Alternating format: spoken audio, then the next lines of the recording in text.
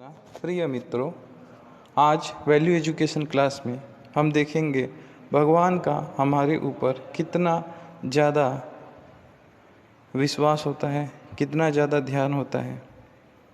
एक छोटे से कमरे को ठंडा करने के लिए बड़े बड़े एसी लगाते हैं, बड़े बड़े लाइट बिल आते हैं, मेंटेनेंस बड़े बड़े होते हैं और बहुत ही मुश्किल होता है। लेकिन जब वर्षा ऋतु भगवान लाते हैं, मानसून लेके आते हैं, तो पूरी ऋतु को एक साथ पूरी पृथ्वी को पूरी तरह से ठंडा कर देते हैं।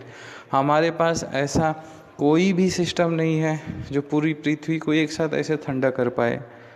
हाल ही के दिनों में हम देख सकते हैं भगवान ने हमारे हृदय में जो बनाया है ऑक्सीजन को धारण करने की, हमारे फेफड़ों के अंदर की जो क्षमता है, उसमें थोड़ी सी क्षति पहुंचने पर भले ही भगवान द्वारा प्रदत्त ऑक्सीजन पूरे वातावरण में अवेलेबल होते हुए भी एक ऑक्सीजन की सप्लाई में पूरा देश तहस नहस हो गया, पूरी तरह से व्यवस्थाएं बिखर गई।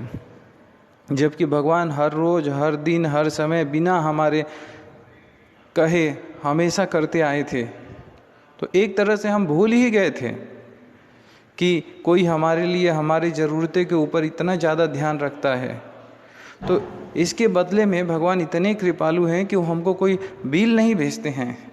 जैसे हम इलेक्ट्रिसिटी यूज़ करते हैं तो उसके बदले में मंथली कोई एक बिल आ जाता है जो हमको पेमेंट करना होता है, और जितनी क्षमता है उतने के अनुसार ही मिलता है हमको सेवाएं।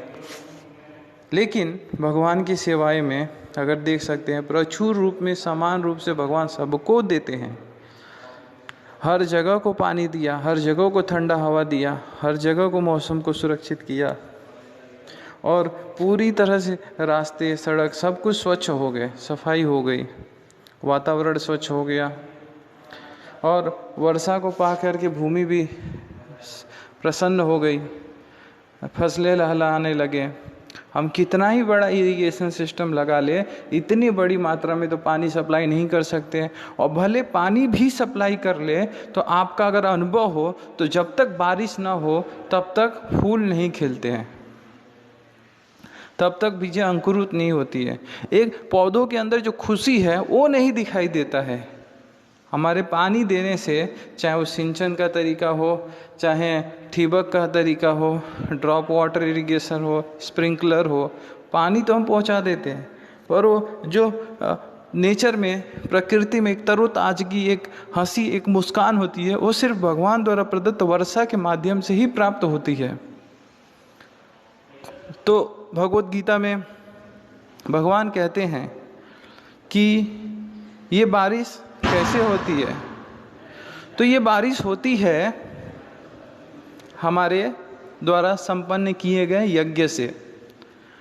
और यज्ञ क्या होता है? क्या अग्नि में हम आहुति डालते हैं उसे यज्ञ कहते हैं? जी नहीं, वो भी एक प्रकार का यज्ञ है, पर यज्ञ का अर्थ है भगवान की प्रसन्नता के लिए किया गया कार्य।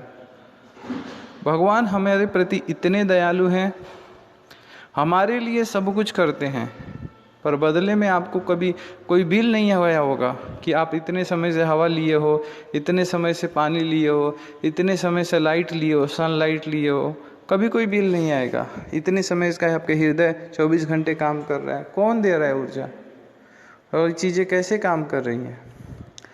तो ये चीज़ों को ध्यान करके, सोच करके, जैसे भगवत गीता में बताए हैं भगवान कि जो सूर्य और चंद्रमा है वो मेरे नेत्र हैं, जो जल का स्वाद है वो मैं स्वयं हूँ, पृथ्वी का जो सुगंध है वो मैं हूँ,